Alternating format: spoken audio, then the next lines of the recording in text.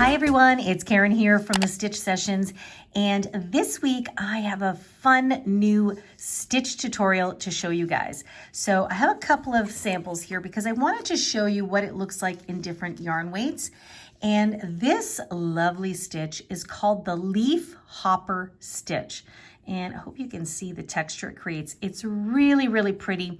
It uses basically a type of cluster stitch using the puff stitch. So lately I've been doing a lot of stitches that involve the puff stitch. And this is what it looks like on the back. So it is different. So it's got a wrong side and it's got a right side. It is a 4-row repeat. Now don't let that scare you. The only reason why they repeat 4 rows is because every subsequent row you want your cluster, your leaf cluster, to sit in an alternating fashion from the previous leaf cluster. So as you can see, they're not perfectly one on top of the other, and that is why it's a 4-row repeat. And once you do the 4 rows, then you start back with row number 1 and you're off to the races. And it might look complicated, but it's actually not too difficult. If you just kind of focus on where you're placing your hook, you will be just fine. So that is the stitch here in this yarn. So these 2 yarns are actually a medium 4 weight, but I just wanted you to see, because I sometimes get this question a lot, like how come my design is slightly smaller or larger than the one you did? Of course, depending on the yarn that you're using.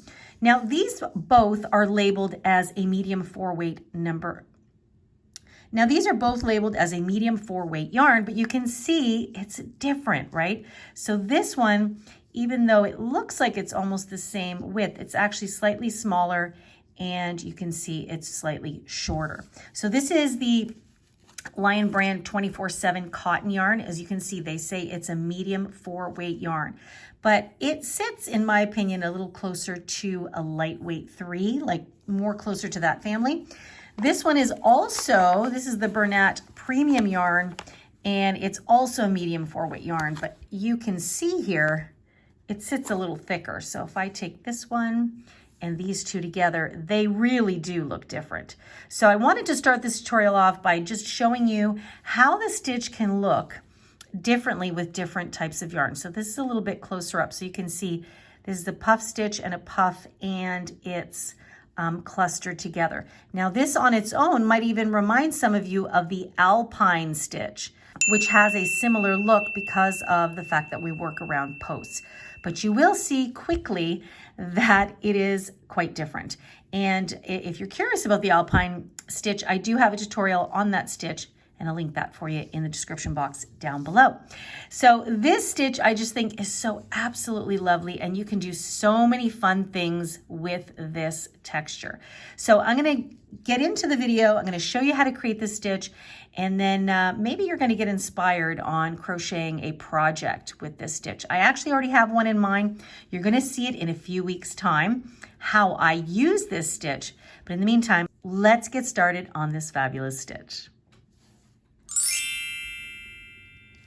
Okay, so now for this tutorial I'm going to show you right now, the yarn I'm going to be using is Lion Brand's Baby Soft yarn. Now I've never used this yarn before. I've just never had any projects that I was going to use this for, but now I'm very excited to show you this. It is a lightweight number 3. So this yarn is officially a lightweight number 3. And it comes in a 140-gram ball, which contains 420 meters or 459 yards. So this is great for a lot of baby projects. You could probably get, you know, a cardigan or something out of this, maybe even start on a baby blanket. So I thought this was going to be perfect to then compare to the other 2 swatches that I've done in the Leafhopper stitch. Okay, so that is the yarn I'm going to be using. And then the hook for today's tutorial is going to be a little bit smaller. It is a 4mm hook, which is also known as a G or a size 6. So I'm using a smaller hook. It is a thinner yarn, and you will see the effects of how our stitch comes out. And of course, anytime you work on a project, make sure that you have a good pair of scissors and a yarn needle to weave in your ends. And once you've got your materials together, we can get started. Okay, so we're going to begin by placing a slip knot on our hook. And you can do that in any fashion that's comfortable for you. And this stitch is worked in multiples of 4 plus 1. So what you're going to do is you're going to just chain up the length that you need in sets of 4. So it would be 4, 8, 12, 16, 20, etc., etc. Once you reach the end of your desired length, you're going to add 1 more. So it's a multiple of 4 plus 1. So once you have your length, at the very end, you will add an additional 2. So we say it is a multiple of 4 plus 1, and then at the end, you add an additional 2. So I am going to do a multiple of, so for my swatch, I'm going to stitch up 20. So 20 is 5 multiples of 4. So I'm going to start off with that. 1, 2, 3, 4, 5, 6, 7, 8, 9, 10, 11, 12, 13, 14, 15, 16, 19, and 20. So I have 5 multiples of 4. So my chain looks like this. And then I will add 1 at the very end. Okay, so this is my base starting chain, multiples of 4 plus 1. So I had 20, I added 1, so 21. And then at the very end, you're going to add 2 more, and this is going to help us turn our work. Okay, so now I have a total of 23 chains. So we're going to begin row number 1. And for row number 1, you're going to skip the very first 3 chains. So remember, we don't count the loop that's on the hook. Okay, so we count 1, 2, and 3. So into the 4th chain, we're going to place a double crochet stitch. Now, what I like to do sometimes is I like to turn my chain over so that I can work into these back bumps. So hopefully you can see that there. So see how there's bumps there? So I'm going to work into that bump. So I'm going to yarn over, and you're going to have to help it along. And I'm going to insert and double crochet. So I will pull through the first 2 and pull through the next 2. So you have something that looks like this. Now these first 3 chains will count as a double crochet stitch, okay? And all you're going to do is you're going to place 1 double crochet into each and every single chain all the way to the end of your row. And if you're a little newer and you find working into the back bumps just kind of tricky for you, just please feel free to go in through the front. It's not the end of the world, okay? So I'm gonna go ahead and place 1 double crochet into each chain, and then I will meet up with you at the end of round number 1. And then I will meet up with you at the end of row number 1. Okay, row 1 is complete, and I now have 21 double crochet stitches. So that will include that chain 3 will count as a stitch. So I had my multiple, which was 20 plus 1. So this is why we added that 1. And the additional 2 chains gave us the height that we needed for the double crochet. So let's go on to row number 2. So you will start by chaining 3, 1, 2, and 3. You'll turn your work. Now into the very next stitch, you are going to double crochet. So you're just going to place a double crochet there. So including the chain 3, we have 2 double crochets. So every time you repeat row number 2, you will start with 2 double crochets. Now we are going to work a front post puff stitch. So here we go. You're going to yarn over first. And what you're going to do, instead of going into the next stitch, you're going to follow the stitch you just worked into and find the post of the row below, which is right here. And what you're going to do is you're going to insert your hook from behind so that you're pushing that post to the front. And from there, you're going to yarn over and pull up a loop. And what you want to do is you want to pull that loop up nice and tall so that it's sitting as high as the double crochet of row number 2, okay? Then, so you currently have 3 loops on the hook. You will then yarn over again, and notice I use my index finger to hold that yarn in place so it doesn't kind of slide too much.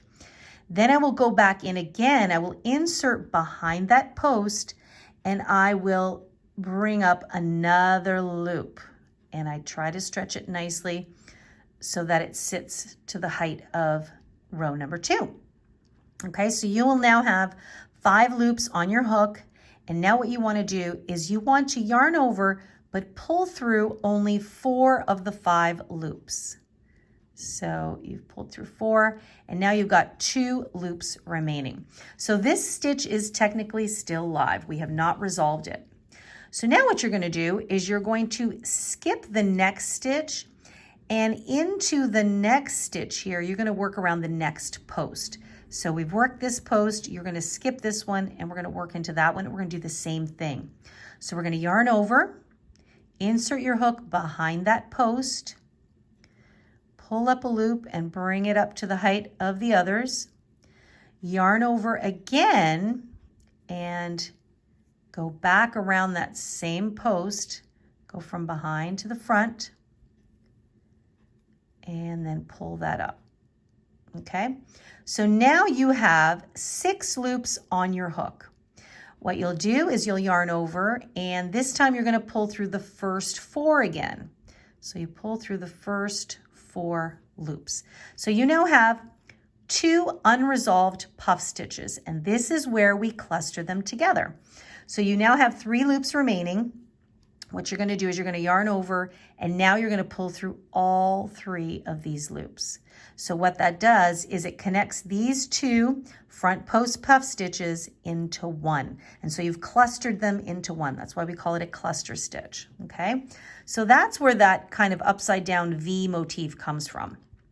Now, what you're going to do is this post here that you just worked, we now have to make sure we work into the stitch. So that is the top of the stitch where you see that little opening. So here we're going to place our first double crochet of a series of 3. Okay, so we work the post from the row below, and now we work the stitch. And then next you work 2 more double crochet stitches. So we go into the next stitch, and we double crochet, and then we go into the following stitch, and we double crochet. Okay, so after each little cluster, you always will crochet 3 double crochet stitches. Okay, now we're going to create another cluster stitch, or another puff stitch cluster, I call it. So we are now going to, so every time you finish your set of 3 double crochets, you're going to follow the row below right here. You're going to work around that post. So that stitch gets worked and the post gets worked. So we'll yarn over, go down to that post, insert, pull up a loop, and pull it up nice and gently, but make sure you pull it because you don't want your work to bunch. Then we yarn over again and do the same thing. There we go. So we have 5 loops, yarn over, pull through 4 only, so you have 2 loops remaining. Then we skip the next stitch entirely, we skip the stitch and the post, and we go to the post of the next stitch, and we do the same thing. So you yarn over, go behind, pull up a loop, yarn over again, go behind that post, and pull up another loop. So you now have 6 loops on your hook. Yarn over, pull through the first 4. You'll have 3 loops remaining. You'll then yarn over and pull through all 3. And now we've got another little cluster there. So hopefully you can see that. I know sometimes on the white background it doesn't always show. So there's our first little puff stitch cluster. Here's our second one. So every time you finish a cluster, you want to make sure that you go back and you find the top of the stitch of this last post work. So just move that out of the way. There it is right there. I'm going to work a double crochet, and then I work 2 more. So I have 1 and 2. Okay, and then at the end of this third one, you go down to this post and you work those clusters again.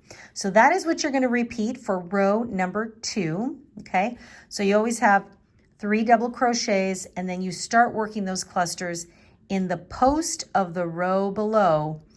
Work the first puff stitch, and then you skip the next stitch, and into the next post you will do the second puff that you cluster together. And then what's happening is once you've done the cluster in the last post here, you always start 3 double crochets in the top of that same stitch. So then you have 1, 2, 3, and then in the post of that stitch, you begin the next cluster stitch. Hopefully that makes sense. If anything is unsure, just rewind a little bit and watch how I did these first 2 little clusters. So I'm going to go ahead and finish this row, and I'm going to meet up with you at the end of row number 2 to show you how we finish off and how we move on to row number 3. Okay, so this is my last set of clusters here. So I worked around the last post, and now I have 1 stitch left, and that's that chain 3 that we did initially, okay? So we started the row, so you can see my row looks like this. We started the row by having a chain 3 and a double crochet. So row number 2 will always be flanked by 2 double crochets. So that means we have to make sure we have 2 double crochets at the end. Now remember, we always put a double crochet into the stitch that's on top of that post, the last post we worked. So we just want to move that out of the way, and there it is. We don't want to confuse it with the top of the chain 3 because that will need to be worked in as well. So we yarn over, and right there we place a double crochet, and then we place 1 more at the top of that chain 3, which is right there.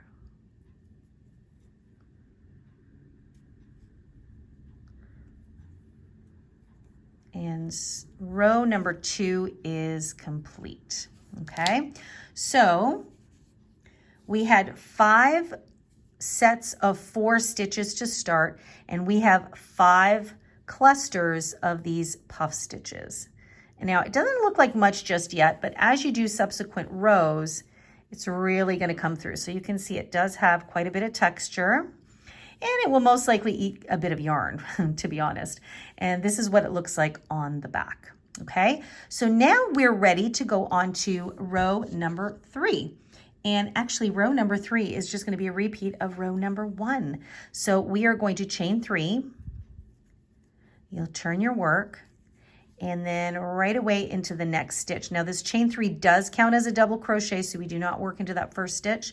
We work into the next one, and we're going to place a double crochet stitch.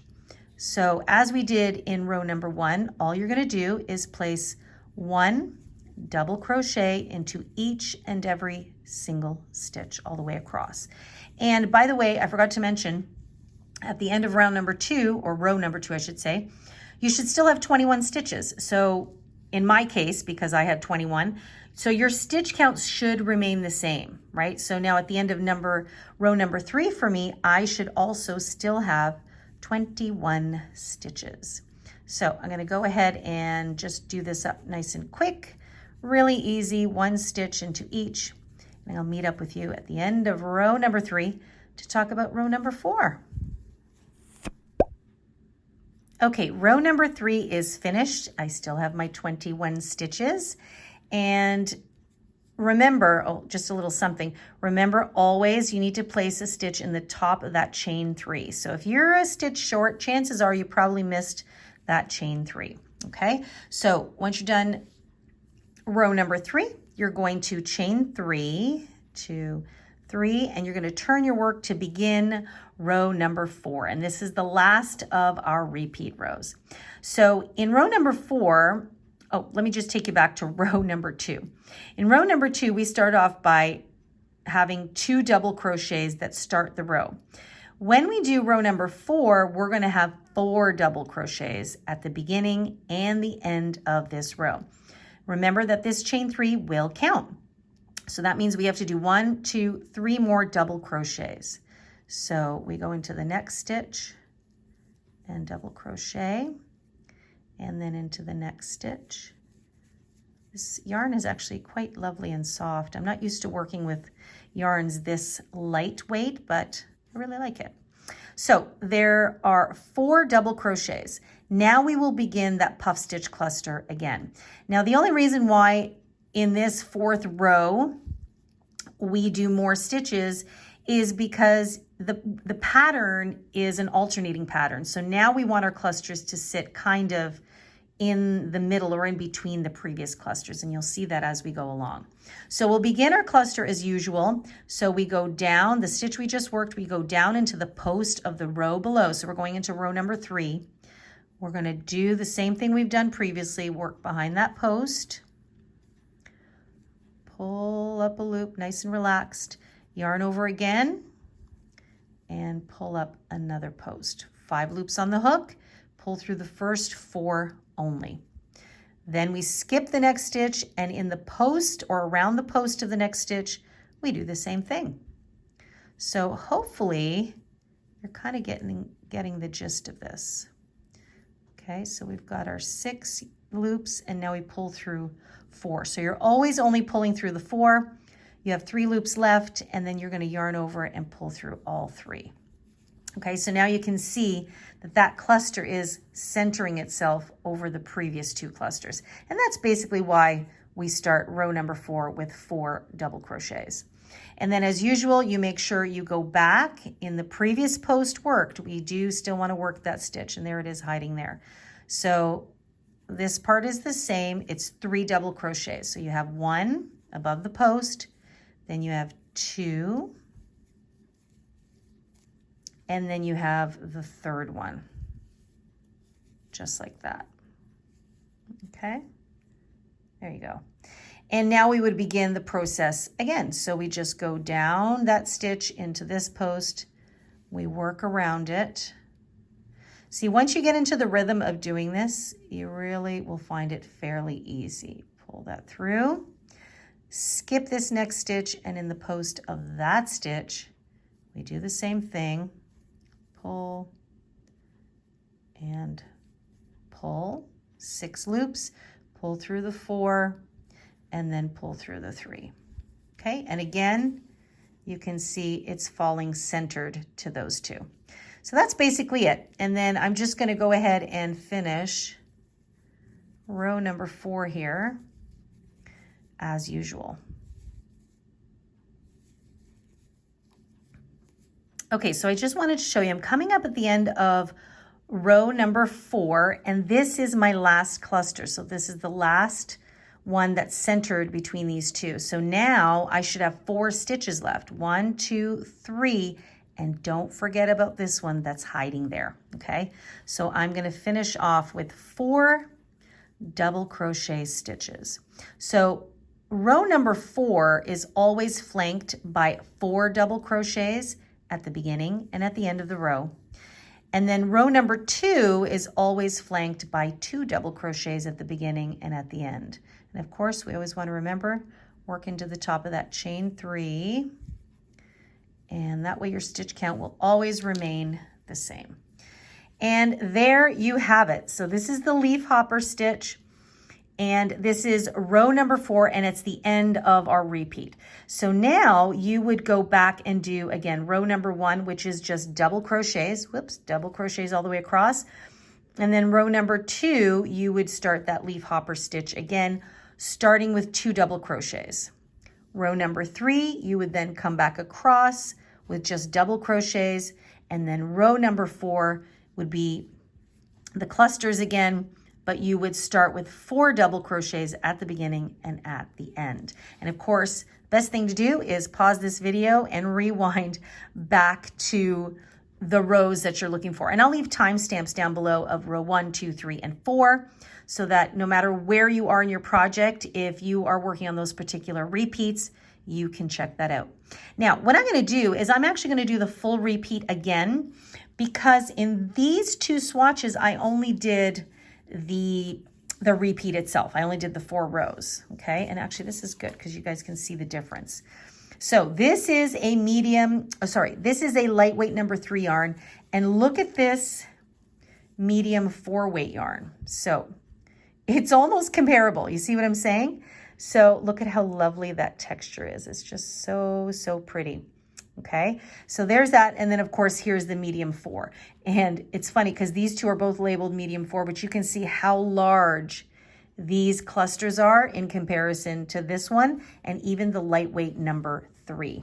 So I'm actually just gonna put a still here for a moment, so that way you can see the difference. So depending on the project you're working for, if you decide to use a chunkier yarn, I mean, this isn't even really a chunky yarn, but in comparison to these two, it's going to look a little bit different. Like, I like the way it looks in a lighter weight yarn because the stitch itself is so cushy. I think a lighter weight yarn helps the definition of the stitch look better. A slightly bulkier yarn, which in this case is medium 4 weight, looks bulkier. It just sits a little thicker. And in my opinion, sometimes it makes it a little trickier to kind of get the full texture, although from this angle, it looks pretty darn good. But it's totally up to you. So I hope you appreciate, having been able to see this stitch done in kind of different yarns and slightly different yarn weights. And hopefully it will give you some ideas on what you can create with this stitch. Now, what I'm going to do is I'm going to quickly work up another repeat because I want you to see what it looks like a little bit extended so you can get the full effect here. And mind you, you can kind of see it as is the way there, but it's just so that you can kind of see it in the same yarn and color. In fact, what I'll do is after this, at the end, I'll put a still of it. How about that? So you kind of get the gist of what it looks like here. So this one would sit like this. So these would be opposite. And then this one would kind of sit like this. So the idea is the stitch is staggered. So hopefully you guys can see that. So, I think it's kind of easy. It's not like a simple pattern, but if you just take your time and pack your patience, I think even if you're a little newer, you're gonna have fun with this stitch. So I hope you enjoyed it. If you have any questions, please do drop them for me in the comment box down below. If you have any suggestions on a project that maybe we can create with this stitch, please do drop those in the comment box down below as well. Now, I know some of you really do like to email me directly, and I absolutely love it. So email me directly at info@crochetcrafty.com. And a lot of times I always recommend that you also attach a photo of your work so that I can kind of have a closer look at what's going on and be able to better answer your question. And don't forget, come and check out the website. It's crochetcrafty.com.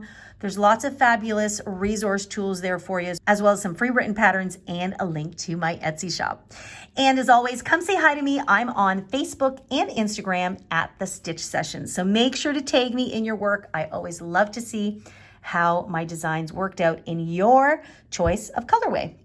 And for today, that is all I've got for you, folks. So I hope you have an amazing day.